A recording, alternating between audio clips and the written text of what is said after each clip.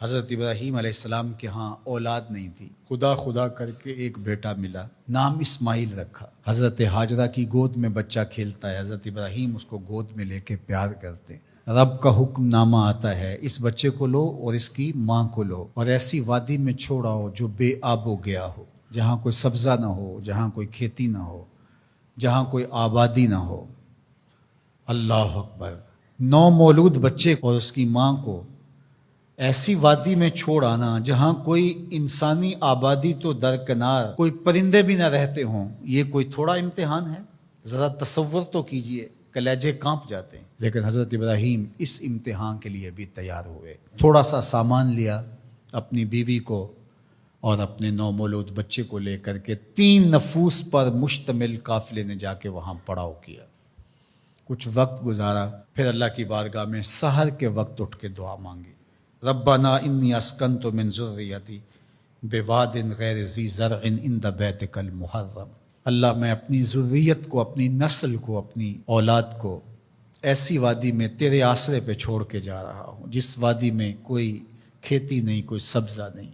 دعا مانگی، تھوڑا سا جو توشہ تھا، سامان تھا، سپرد کیا اور واپس پلٹنے لگے۔ حضرت ہاجرہ نے تمسکت بعضیالہ، آگے بڑھ کے دامن پکڑ لیا، کہا اس تنہائی میں، اس بے آب و گیا وادی میں چھوڑ کے ہمیں اس وقت کہاں جا رہے ہیں؟ کیا جواب دیتے؟ خاموش ہو گئے۔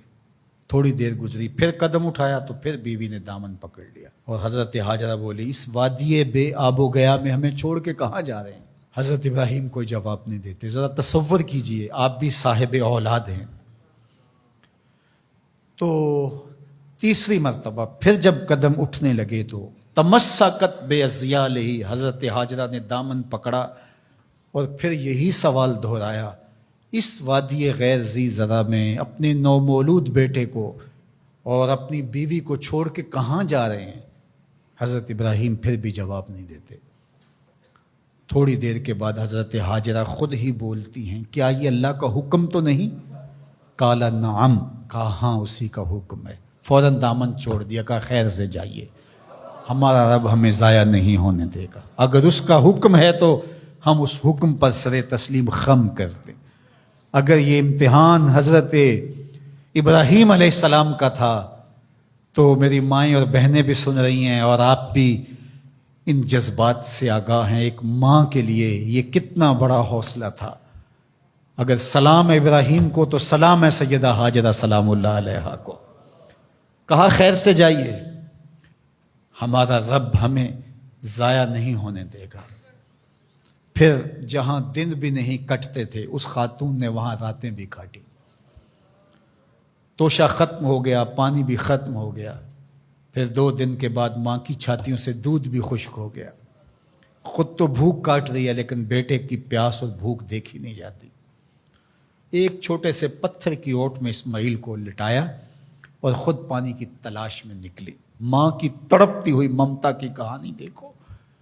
اللہ اکبر! کبھی صفا پہ کبھی مروہ پہ 7 چکر کاٹتی ہیں۔ پھر جب 7ویں چکر میں مروہ پہ پہنچی، اطراف میں دیکھا، کہیں کوئی پانی کے آثار ہویدا نہیں ہوئے۔ گزرتے گزرتے بیٹے کو بھی دیکھتی تھی، نشیبی جگہ سے بھاگ کے گزرتی تھی، وہاں لال نظر نہیں آتا تھا۔ مروہ سے دیکھا، دور اوٹ میں پڑا ہوا بچہ تڑپ رہا ہے، لگا زندگی کی آخری سانسیں ہیں۔ مروہ سے دوڑ کے جو ہی قریب آئیں تو منظر بدلا ہوا تھا۔ وہ اسماعیل جو پیاس سے تڑپ رہے تھے، پیاس سے جب انہوں نے ایڑیاں رگڑی، خدا نے چشمے جاری کر دی، پانی پھوٹ نکلا۔ دوڑی اور منڈھیر کر دی اور کہا زم زم، رک جا رک جا۔ کہا کہ اللہ بھلا کرے سیدہ ہاجرہ کا، اگر وہ زم زم کہہ کے پانی کو نہ روکتی وہ پوری روئے زمین پہ پھیل جاتا۔ اللہ اکبر! یہ حضرت ہاجرہ کا امتحان تھا اور امتحان میں وہ بھی سرخرو نکلی۔ وہ کہا ہم قیامت تک تیرے قدموں کے نشان کو جلوہ گاہ بنا دیں گے۔ آج عمرہ ہو، حج ہو، وہاں کج کلا بھی دوڑتے دکھائی دیتے ہیں، بادشاہ بھی دوڑتے دکھائی دیتے ہیں۔ ان راہوں پہ پیغمبر بھی دوڑے ہیں، ولی بھی دوڑے ہیں، امام الانبیاء نے بھی سعی کی ہے۔ مالک کوئی دوڑنا بھی عبادت ہے؟ کہا جن راہوں پہ میری بندی دوڑی ہے قیامت تک ان راہوں کو جلوہ گاہ بنا دوں گا، اور ان پست قامت پہاڑیوں کو میں اپنی نشانیاں قرار دیتا ہوں۔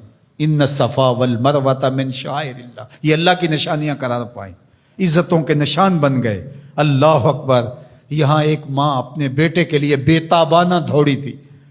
اچھا، راستے کے اندر نشیبی جگہ سے دوڑ کے اس لیے گزری تھی کہ وہاں بیٹے کا چہرہ نظر نہیں آتا، اور یہاں ماں بیٹا اکٹھے دوڑ رہے ہوتے ہیں، حکم ہے بیٹا دوڑ کے گزرے، اس لیے کہ اس ادا کو ادا کرنا ہے۔